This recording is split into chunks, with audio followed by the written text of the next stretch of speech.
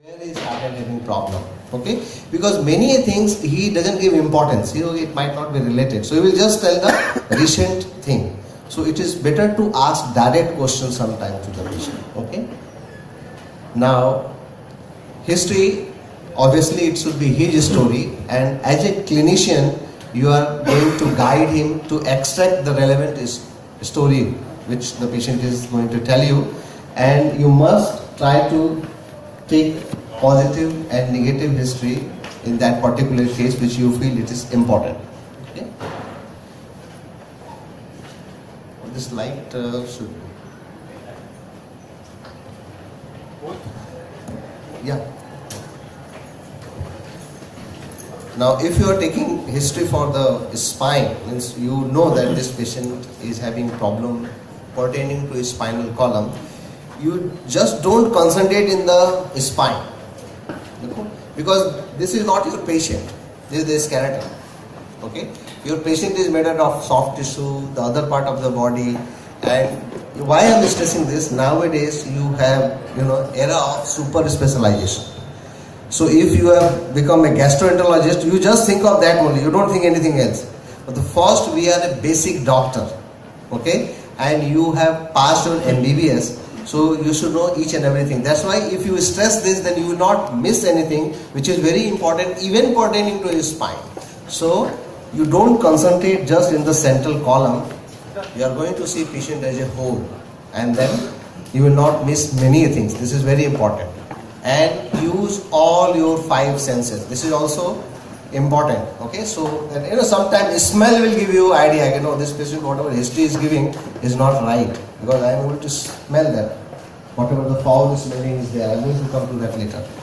And in exam, you have to have one more sense, and that is common sense. So try symptoms in spinal pathology. So pain is the commonest symptom for which the patient presents to you. Any discipline, pain is the most important symptom. So pain in spine, you can have stiffness, then he might come with the deficit. Okay, sometimes it's a significant deficit, sometimes very mild deficit which patient is not aware also. And these are the googly cases. Patient is walking, talking, has come to you, and you have done just a cursory examination, you have not done proper neurological examination, and you are trapped.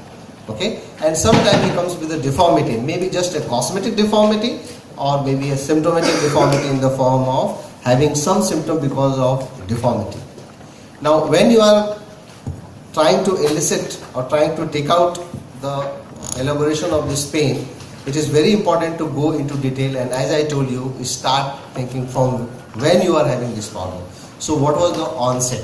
What was the onset? And remember, in our, I would say, population, the trauma is one thing which is always told about. Okay, I had a fall or I had some trauma, and mainly it is with the kids. Okay, so you should directly ask to the mother, did you see the child falling?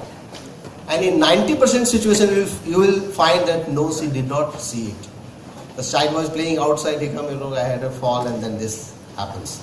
So there you should ask a direct question whether anybody has seen that patient falling. That is very important. Okay, so trauma and deficit. Now sometimes you find there was a problem earlier also before this fall. There was pre-existing some problem, and whatever I am seeing today, it is the resultant of that and not this trauma. So trauma is just a coincidental history which is being given to you. Now this case, actually trauma has not to do anything with this patient. He has C1-C2 tuberculosis, he had instability, he came with the problem. Okay, so trauma is just an history which has been rather added into his history. So you should be very, very careful. Now pain, what is the site? All of you must be knowing all these things, because when you take history, this is important as far as the spine is concerned. Where he had just back pain, it has a different meaning altogether. Also, sometimes it is radiating in continuity, that is significance. Okay, so suppose patient had just a back pain. You will not find a person who is 50 years old and he never had any back pain. It is a very common symptom which the patient has. Now remember, nowadays the patients are also literate. They come with the diagnosis. They will say, I have lumbar spondylosis. They will not tell he has pain or He will say, I have lumbar spondylosis. Because this term is being used very frequently. And what happens, as a layman term, you also learn the same thing. You say this patient has cervical spondylosis, lumbar spondylosis. And you never think of that there must be something else also which might be leading to this pain. I'll give a simple example. What do you understand by spondylosis? Can you answer this? Spondylosis. I am not asking lysis. Yeah? Inflammation of? No, wrong. It is pertaining to discal joint. It is pertaining to discal joint. Okay? Spondylosis. Whenever you have facetal pathology, it is arthrosis. Remember, facet joint is a synovial joint. The same thing, same cascade of degeneration occurs also in facet joint as you have in knee joint. Knee joint is a synovial joint. Okay? So if the knee joint is having changes, why can't the facet joint have the similar changes? And why the patient is not having facetal orthopathy rather than spondylosis? Because this term is being used so frequently. Okay? So don't level everything to that. Okay? Because you are a medico and you have learned anatomy, you know what are the anatomical structure, you have learned the pathology, so don't get carried away by these diagnoses. Okay, so this is important. There the pain we localize to that area. This is one area which can also give rise to stiffness in the back. See what happens, how is the classical history of ONE? Initially they have little bit pain off and on, then they remain in the sedentary position for some time. When they get up they feel stiffness, when they walk they start feeling better. Similar thing can also happen in spine in any of the region, right from cervical to the lower lumbosacral area, because you have so many multiple facet joints and any one of these can be the cause of it. And remember, back pain is most difficult entity. Okay, the origin of pain may be any side. It may be soft tissue, it may be myofascial pain, it may be facetal pain, it may be discogenic pain, it may be neurogenic pain. So to limit yourself at what is the site, don't just level a single diagnosis. Okay, so this is important. Then character, whether it is a dull pain, whether it is a continuous pain, it is a sharp shooting pain. Usually the sharp shooting pain, when you have neural involvement, some impingement of the nerve or irritation of the nerve or edema of the nerve, you get an electric shock like the whole course of the nerve, it descends down. Okay, or whether it is an intermittent pain, off and on is having pain. Okay, whether radiation to the limb, which part of the limb, where it is arising, that is also important. Okay, and that is cervical spine is a very common site where you get a lot of confusion. Whether the pain is arising from cervical spine, whether it is a shoulder pathology, sometime in the upper limb, whether it is a carpal tunnel syndrome. So you try to find out history, clinical examination, nature of the pain, and there are few signs which definitely will try to help you out. This is important. What are the aggravating and relieving factors like posture, stoop posture? Classically, in canal stenosis, patient tries to accommodate and try to increase their space, and usually the flexion of any area of your body, it gives more space, and that is the reason the patient goes into forward flexion. Okay, and this is known as stoop forward bending or stoop test. Coughing and sneezing, pain may be aggravated because when you cough and sneeze, the luminal pressure it increases. This is reflected even in your spinal canal, and whatever the mechanical pressure is there, the symptom of that gets aggravated. Okay, whether the prolonged walking and standing leading to neural type of claudication type of pain. So you must know whether patient has neurogenic claudication. And mechanical back pain, when you load the spine or the patient will classical history, then he is sitting, he is not able to sit properly because the spine is getting loaded in that. Okay, even sometime you ask the patient to demonstrate how does he get the pain, and you will get an idea. Like classically, how do you try to know whether there is instability? So patient is now sitting and he is trying to get up, and suddenly there is a catch.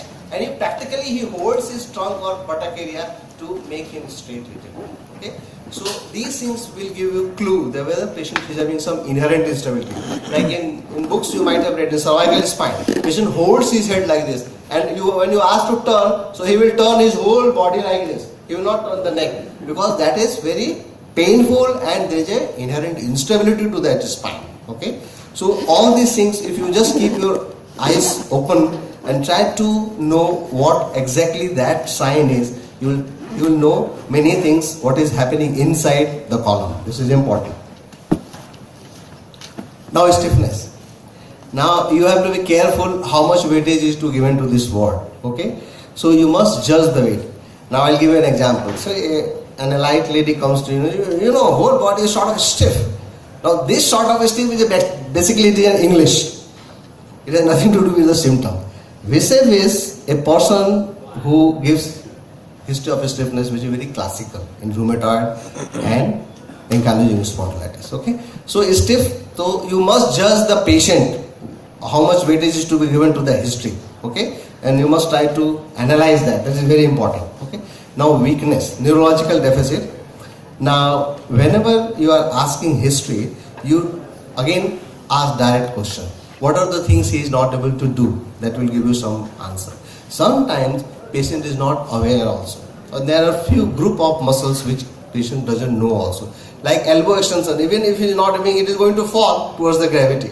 So most of the time he also misses and you also might miss. Now while walking, the flexors of the toe and the ankle plantar flexors are more important because that is going to grip the ground. It is not the EHL. So EHL grade 4, patient might not be aware also. Okay. So just checking the history that he is not having any deficit is not right. You keep your mind open when you are examining, even though he has given history that he doesn't have any deficit. So remember, that is important. And sometimes you can ask her, are you able to do this? So elbow extensor, the lady will not be able to do the overhead activity. For that she has to maintain that. So you can have a direct question. Okay? Ball bladder involvement. Now sometimes you get a patient who is elderly, 70 years old male comes to you and he tells no, he has problem in the urination and all. Just level, just he is having bladder ball involvement. It may be just age related and it may be a sign and symptom of benign prostatic hypertrophy. Okay, so you are aware about with your surgery knowledge, so that is important. You will remind me after 20 minutes and 30 minutes. Okay, and otherwise you will keep on going. Now deformity. This is another symptom which the patient had. You must ask what is the onset of this deformity. Okay, and how is the progression. Now in 2-3 etiologies it is important to know. Now you get a TB spine case in a child. Okay, 4 years old child. So there may be disaster if it progresses very fast.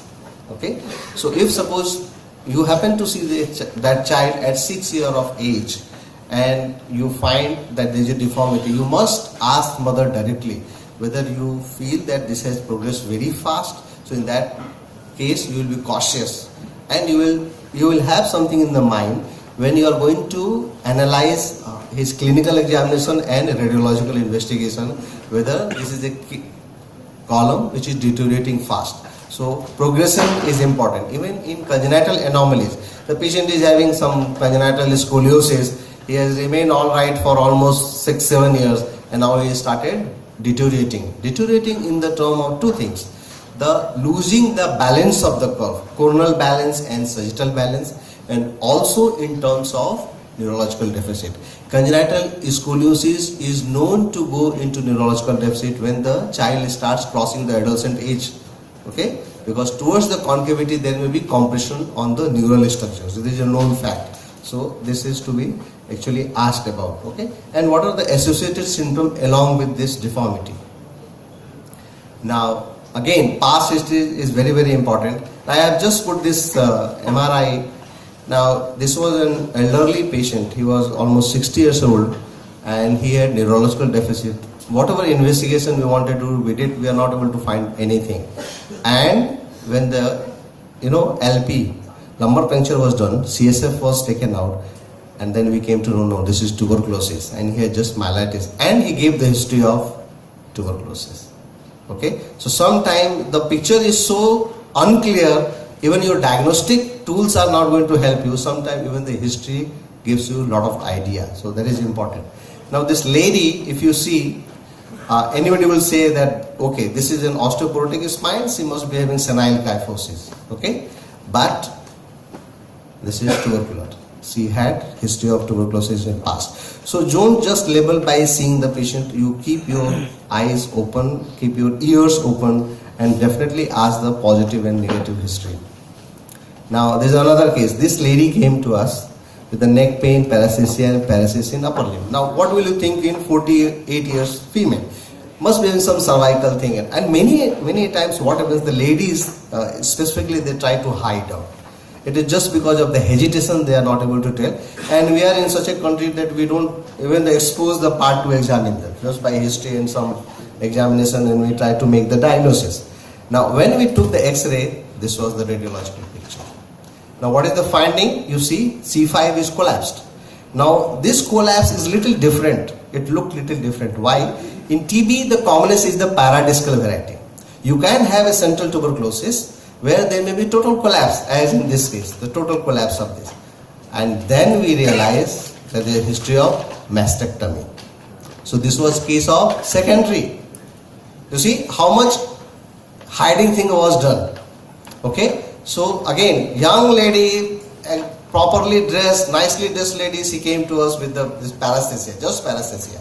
And after taking the X-ray, and when it was shown, then we realized, this is not something very simple, spondylosis or something, arthrosis.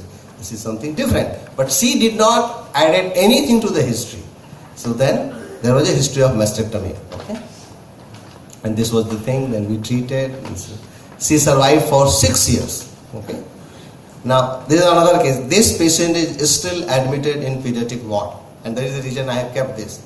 Now call was sent to us that this patient has some spinal pain. Okay, and you can see with the MRI that there is involvement of that.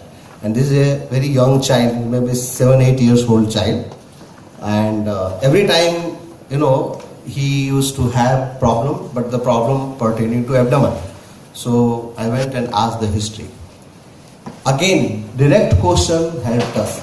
There was history of repeated admission, and every time because of abdominal pain. Nowadays what happens, the patient comes to you, where is the pain? This immediately you send for the X-ray. You don't have time to even ask the history. This is important. And you know what happened? This patient, he had sickle cell disease. Grossly pale patient, sickle cell disease, you will think of sickle cell crisis. And sickle cell crisis, abdominal pain is one of the important things. And every time he was getting admitted, and till date he was not diagnosed that he is having sickle cell. Okay, so grossly pale patient, multiple time bony pains, abdominal pain, you must doubt. So you will doubt only when you know this can happen. And his sickling came positive. And you know what infection can happen in sickle cell disease? Salmonella infection. So this was the pyogenic infection of the spine. He was running high grade fever. This will never fit in TB spine. Okay. So in our country, TB spine is very important, but such then, why do we take history? It is not that we want to pass examination. We are actually practically interested in the patient.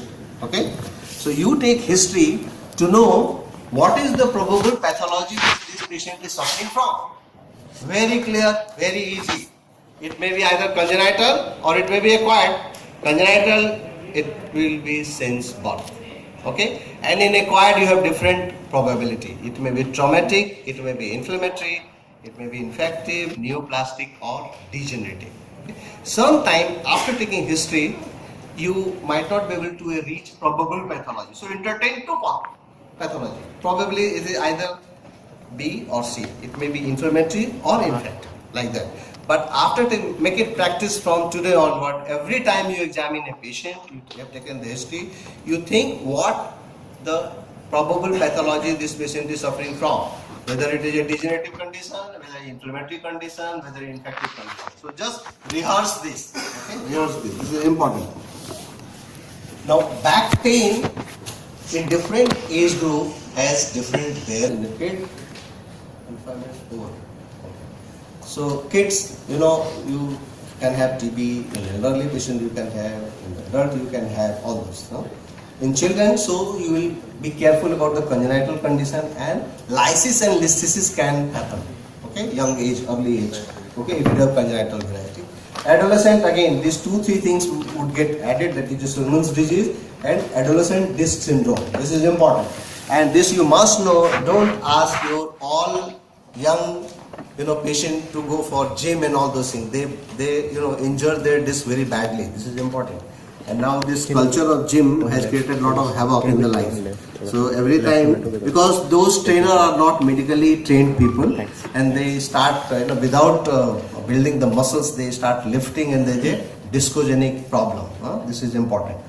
Okay, young adult, you will add PID in this group, and here is the starting of ankylosing spondylitis. So few specific entity in few specific age group you must know. Middle age, you practically have everything is there. Okay, and elderly age group, you have significant osteoarthrosis of facet joint. You have discal changes which is grossly involved, and that's why you can have a complex deformity or complex lumbar canal stenosis, where you can have coronal sagittal imbalance. All these things may be associated, and osteoporosis is very, very common in this age group. Okay. Now when you examine the patient, as soon as patient enters, your examination starts. So which is the first examination you do? Gait, how the patient is walking and coming to you. So keep your all 5 senses open, and most of the time you will be able to know what exactly is the problem. Okay. Then general breathing, whether he is having normal breathing, this is important, whether he is using the accessory muscles which is in the form of standing out nares, sternocleidomastoid, whether he is having labored breathing. Now pulse, as an orthopedic surgeon, it doesn't mean that you don't keep your hand on the pulse. And I don't know how many times you take BP of the patient, this is not important. Okay, and some specific areas, this is very important. Like suppose if you have a case of cervical spine injury, you must know the pulse of the patient, because prognosis of your treatment, whatever it may be, surgical, conservative, it is going to be bad if patient is having bradycardia that is below 50. This has been proven and the work has been done on this. Okay, so if patient is having less than 50 pulse, even if you operate, this patient is most likely not going to survive, and he will die of respiratory paralysis at later date. This is important. Then what are the centrifugal clues? Okay, now spine may be secondarily involved.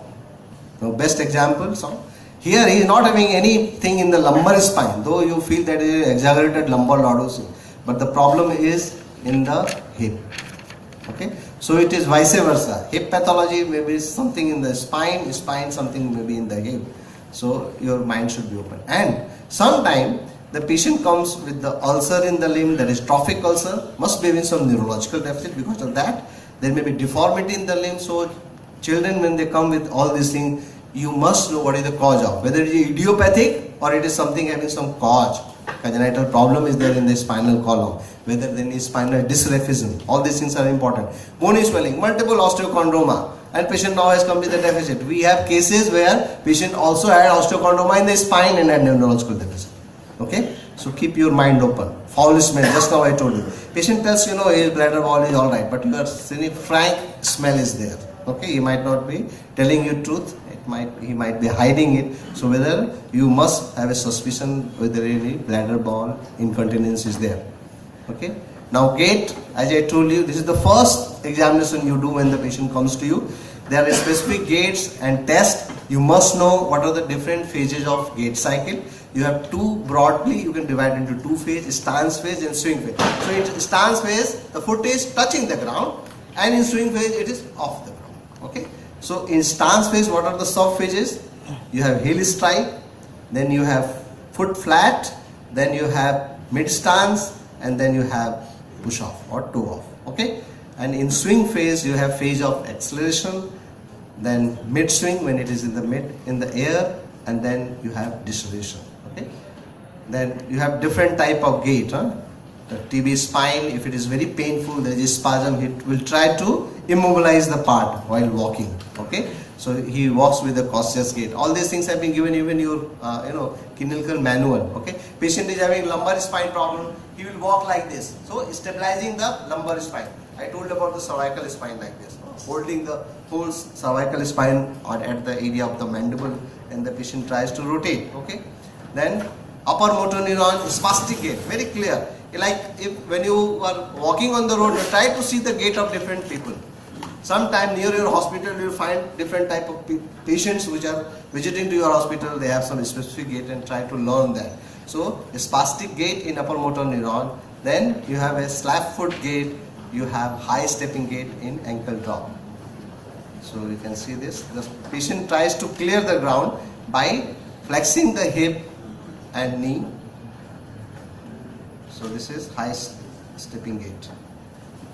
Now when you examine the spine, you must examine from behind, from side and from front. Okay.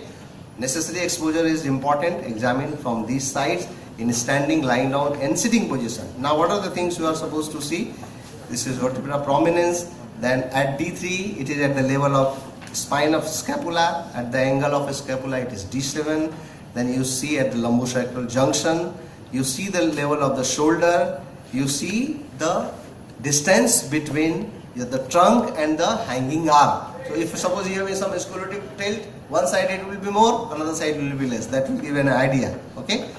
Whether any element of deformity, whether torticollis is there. Like see, this patient has congenital problem. Notice the facial asymmetry when you are seeing the patient from the front. Any abnormal sagittal contour which may be in the form of, in lordotic area, normally also we have lordosis in lumbar spine and cervical spine. So whether there is an obliteration, whether there is a reverse contour, it might go into kyphosis. Okay, so these things you must try to see. Now here see, here the lordosis is obliterated in the lumbar spine, almost like a flat. Okay, in kyphosis, whether it is a hypokyphosis or hyperkyphosis, this is increased kyphosis. Then scoliotic, you can see very well here, there is a scoliotic tilt. Okay. Then localized deformity, there may be angular deformity or knuckle deformity, or it may be a round deformity.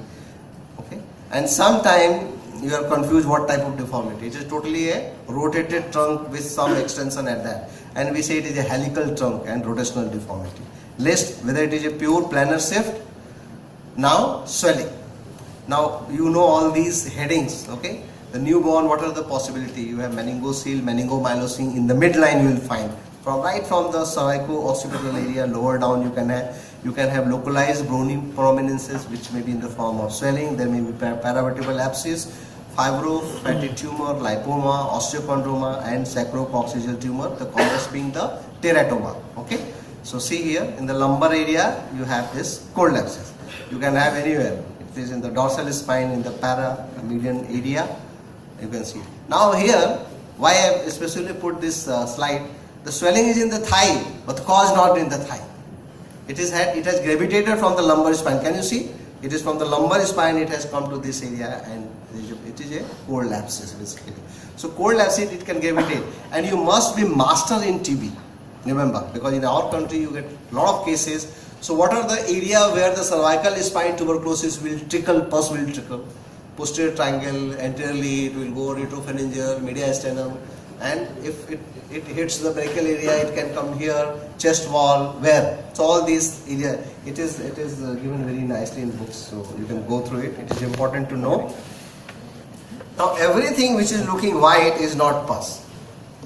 Okay? So now in this case, knowingly I have put this, and just I have put the MRI just to confuse you that if you see on the left side, there is white shadow, which looks like this is a pus.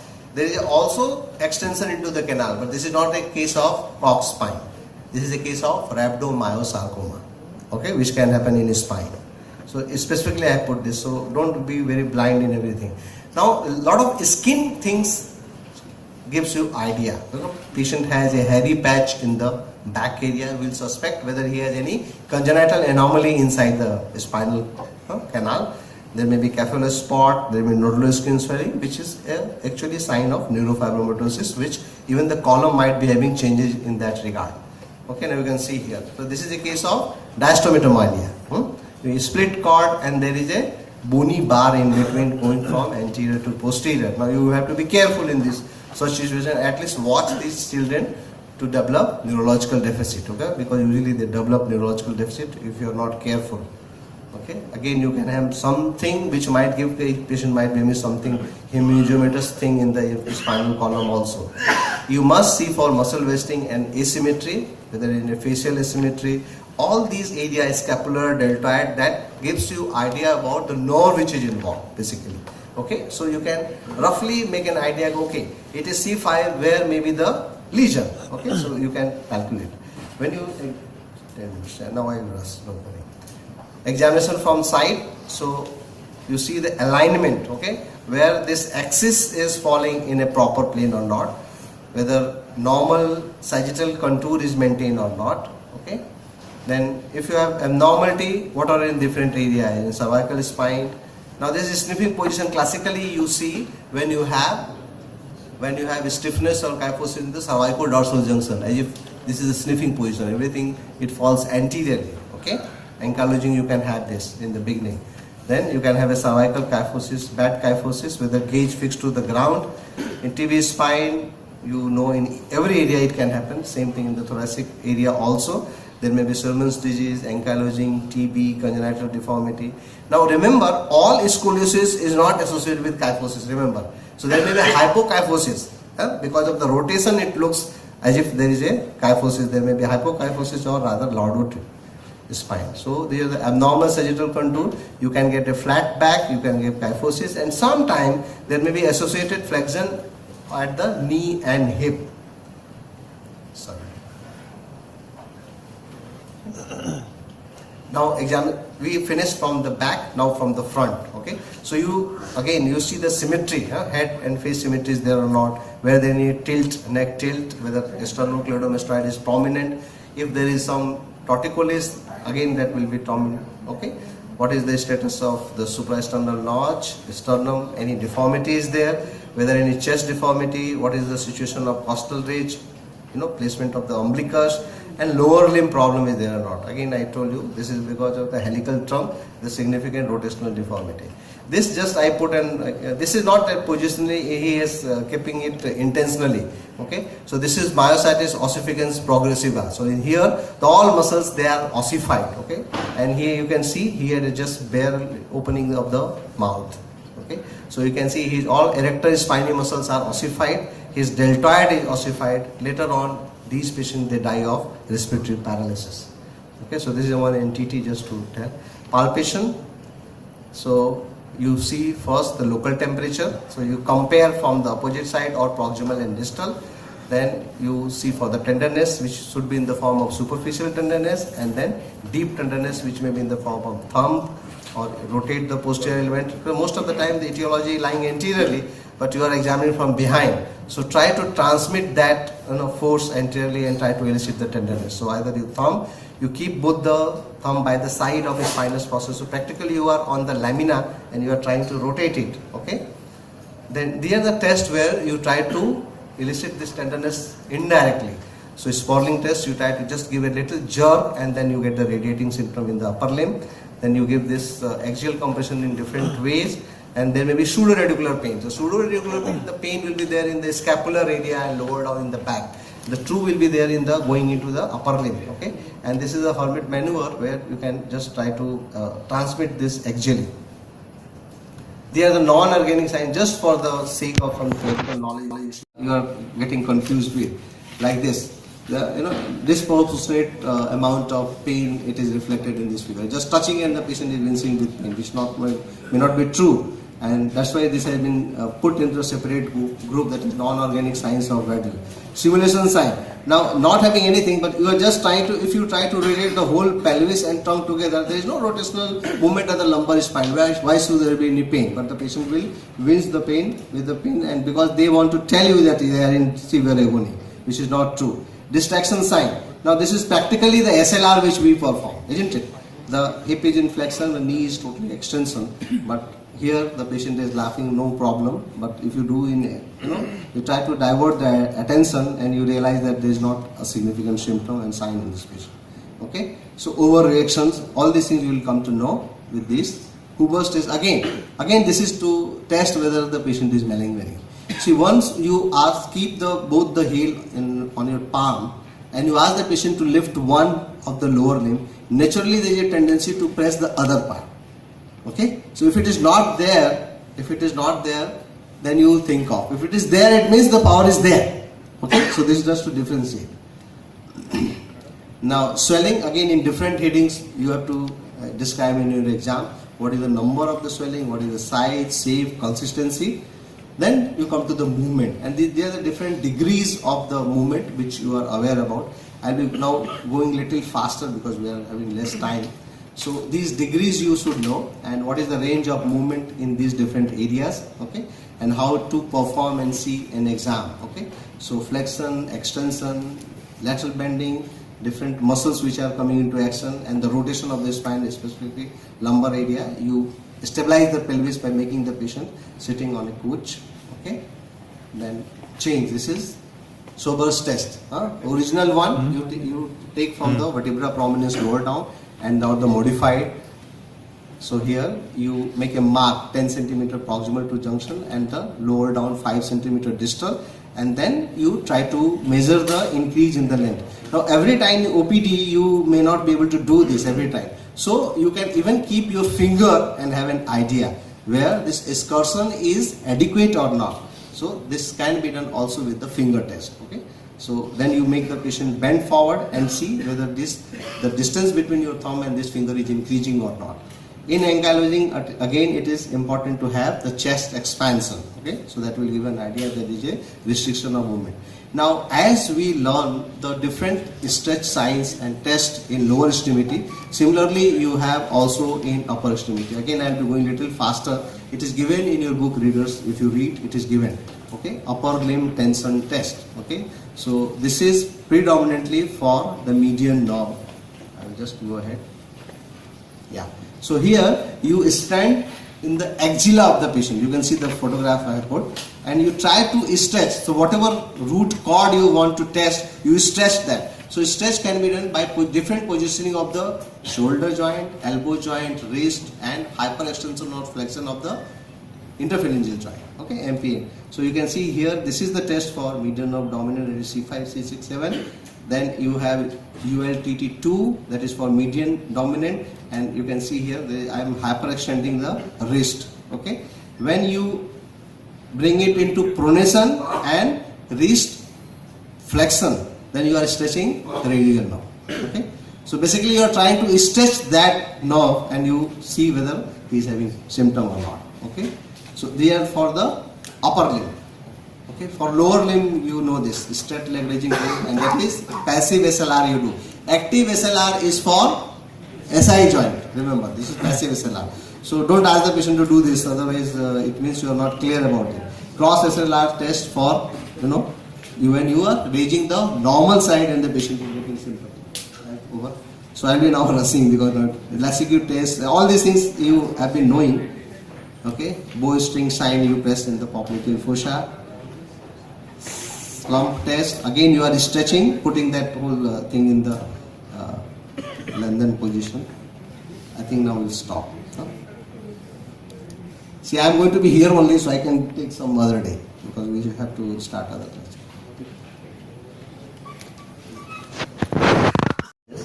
Any problem is there, you can ask. So what are these tension tests? Actually, we try to stretch the nerves, okay, and there is some inherent laxity which the nerve is able to take. But if there is pressure effect, then you get pain or some neural sensation in the course of the nerve, and we say that this tension test is positive. It is for upper limb as well as lower limb. Upper limb we already studied, so I am just going to tell about the lower limb because you will be getting more and more cases of lower limb because of the affection of the lumbar spine. Okay?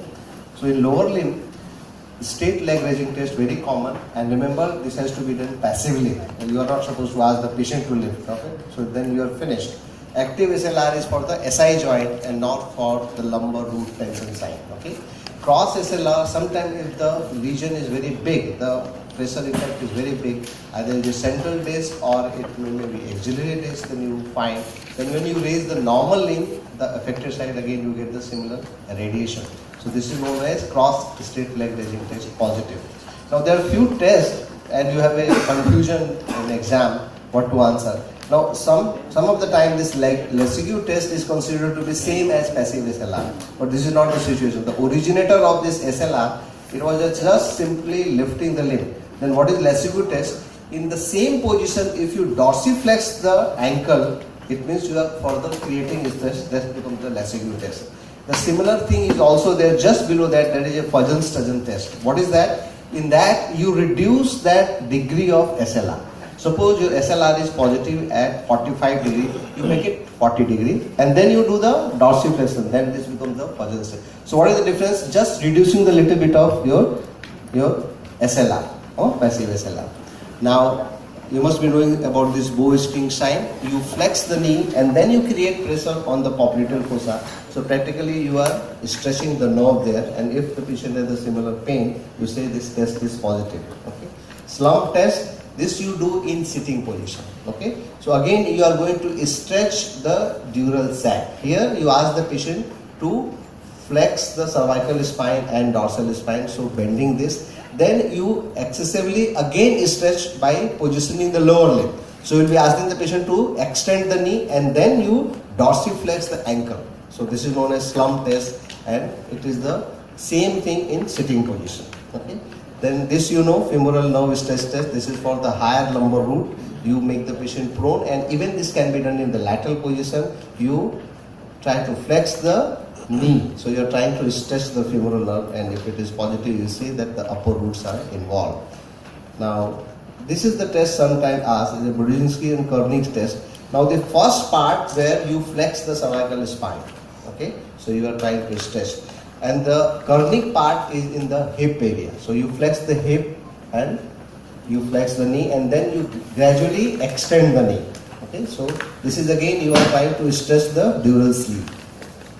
So all these are tensions tests. Single leg hyperextension. Here basically you are trying to load the pars area and the facet area. So suppose a patient who is having unilateral lysis, this test would be positive. Okay. All this maneuver, part of it I had told you yesterday, you are creating pressure which is getting transmitted in the canal, and whatever pain is there, that will be exaggerated. Okay, so this is the Valsalva maneuver.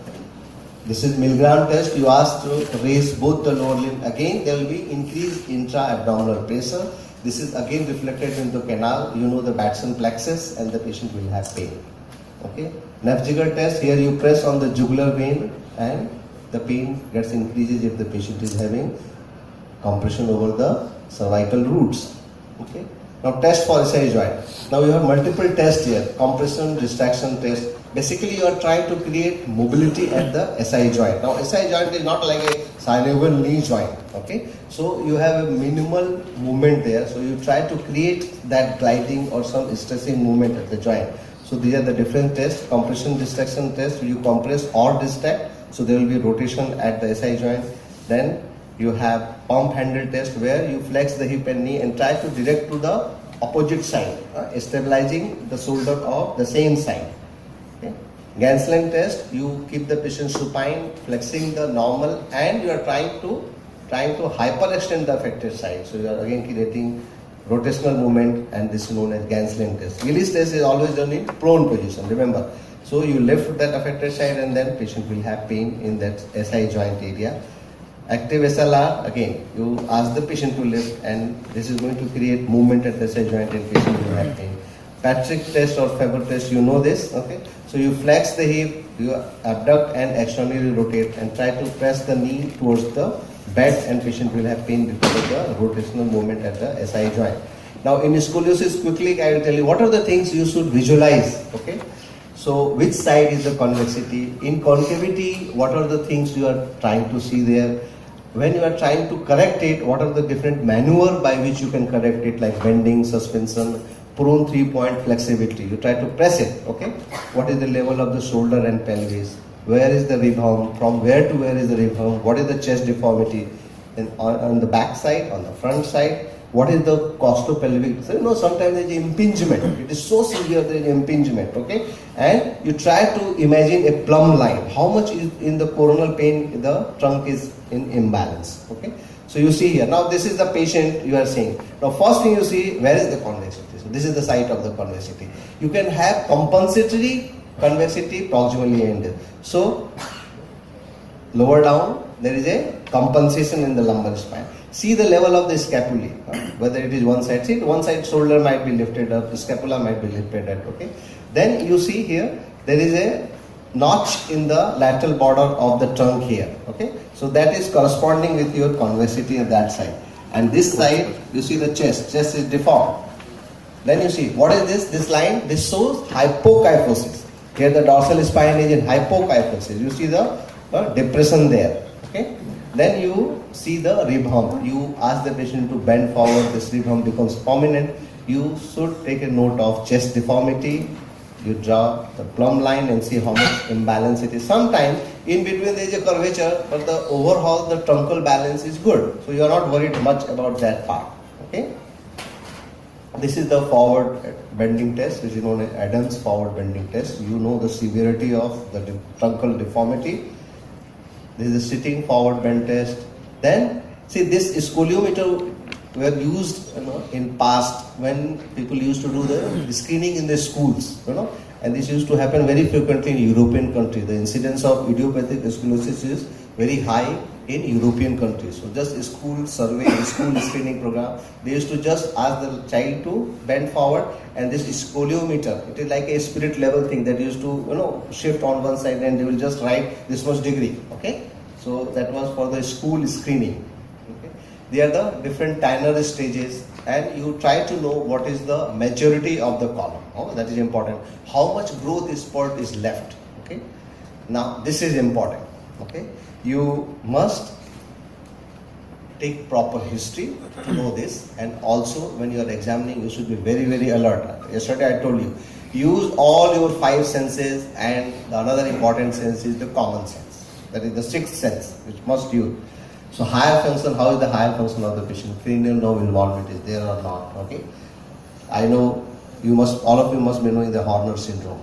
It is affection of what? Yeah. So you have meiosis, you have ptosis, you have anhydrosis. All these things should be known because of the sympathetic chain involvement. You see for the tone, power, reflexes, again superficial, deep, and sensation you should know. Now each root you must know what are the supply. Okay. So C5, deltoid, bicep, what are the reflexes associated with this specific root, which is the sensory dermatome. So this will help you in localizing your lesion. Okay, that is important. For all root it has been given. Okay, this just to figure this 6. So if you see the these fingers and thumb and the another middle finger, it takes the digit of 6. So motor, you should know reflexes here, the supinator, and what is the dermatome.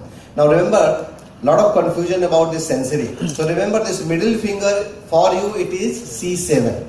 Okay, so this is, I say it is a Wagah border. So this side, this is Pakistan, this side, this is Hindustan. So C7 is the Wagah border. So don't forget and don't get confused. So C7 is the middle. So on the lateral side you have 6, and this side you have 8. C7, what are the supply? Motor, you have tricep, okay, then you have wrist flexors, you have finger extensors, then tricep jerk you see, and see again you see that in the center, middle finger is C7. C8, very important for your hand function, remember, very important. So as soon as you find the patient is not able to make the the fingers adduct and abduct, you doubt about that involvement. Okay. Now muscle testing for the cervical spine is basically you test flexor, that is sternocleidomastoid, extensor, to try and ask the patient to extend the spine. Then lateral rotators, again sternocleidomastoid comes in the action. Then you see for the lateral bender, the scaleni are the main muscles which are important for lateral bending of the cervical spine. Then trunk thing, you ask the patient to flex. So you can see the contraction of rectus abdominis, it becomes prominent. Okay. Then extensors, you ask the patient to lie in prone and try to extend the spine. So you are basically testing the erector spinae. Then thoracic root if you want to test, you ask the patient again to flex the thing. Sometimes if one side it is paralyzed, you find the umbilicus is moving towards which side? Normal side.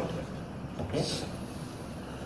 Now there are the different dermotor. Here you must know nipple as at the area of T4, gyphoid process T7, umbilicus T10 and groin T12. So this is the normal dermatome. And these are the different group of muscles and nerve supply. The red thing I have marked just to the important distribution. See, there is an overlap. Okay, it is not a single root. So, but the most important thing, if you see like the abductor, we say it is the L5 involvement. Okay, there may be contribution of other nerve also. Okay, similarly for the knee, flexors and extensors, and that gives you the root which is involved. A dorsiflexor and a plantar flexor, dorsiflexor L4, S1 is the plantar flexor, and you see the movement which is, it is normal or not, you test the normal power is there or not. Starting from 0 till 5, you must test all these muscles. Then you see for the inversion and eversion. So roughly this is the power in the limb. Okay. So if EHL is involved, you say it is a L5 involved. So roughly this is the distribution, and this should be by heart. There should not be any confusion. Okay. Lower extremity, again the different group of muscles supplied by the different nerve root. All these things are given, but just to for the revision sake, you must stress, because lower limb involvement is common. You will be getting lumbar spine case, and you should be aware about this. S1 again you see for the peronei, you see for the reflex, and this is the sensory distribution S1. So outer border of the foot. Okay. So first web space and the dorsum of the foot, it is L5. The outer side you go, it becomes S1. Then you must test for this S2, S3 and S4, and usually by history also you will come to know that this is a affection of these muscles, and there is a affection of the sphincter, intrinsic muscles of the feet may be involved. You see for the normal deep reflexes, knee jerk, you must test for tibialis posterior reflex, test for medial hamstring, test for Achilles tendon reflex. See, this photograph, by seeing the photograph, you will not learn unless you practice it. If you have any doubt in your clinic, you ask. This is important how to demonstrate. So because you have to stretch and then you try to. Yesterday also you see the patellar colonus. Okay, so unless you stretch and do it, you will not get a right answer to it. This is important. So this you cannot learn unless you practice it. And this is just to show how to do these superficial reflexes. So C for abdominal, C for cremastic, C for anal reflex, and there are different pathological reflexes. So if Babinski is positive, you say this is the upper motor neuron thing. So from lateral border you go medially like this, and you find there is a fanning of toes and there is a extension of the great toe. Okay. Again similar test, but here you try to squeeze over the chain of the tibia. You descend down like this, and same thing you get. Clonus, again you have to flex the knee and then you give a jerk over the. So don't give jerk at the knee. You give jerk at the ankle area. Okay. The Hopman test for the upper extremity. You flick the middle or index finger and you find the flexion at the thumb. And these are the different dermatomes in the lower extremity. Now this is important. In exam you are asked, you have some deformity or you have some neural thing, and then how to correlate. Okay, you cannot pinpoint. Your vision is not a radiological vision, so you have to guess. So how to guess? This is the thing. Remember, embryologically, which has evolved first? Nerves have evolved first. So it is always ahead than the somite or mesodome which has taken place later on. Okay, so always see you add a value. Cervical +1, D1 to D5 +2, D6 to D10 +3. This should be on tip of your tongue. Okay, and you try to correlate when you are presenting the case.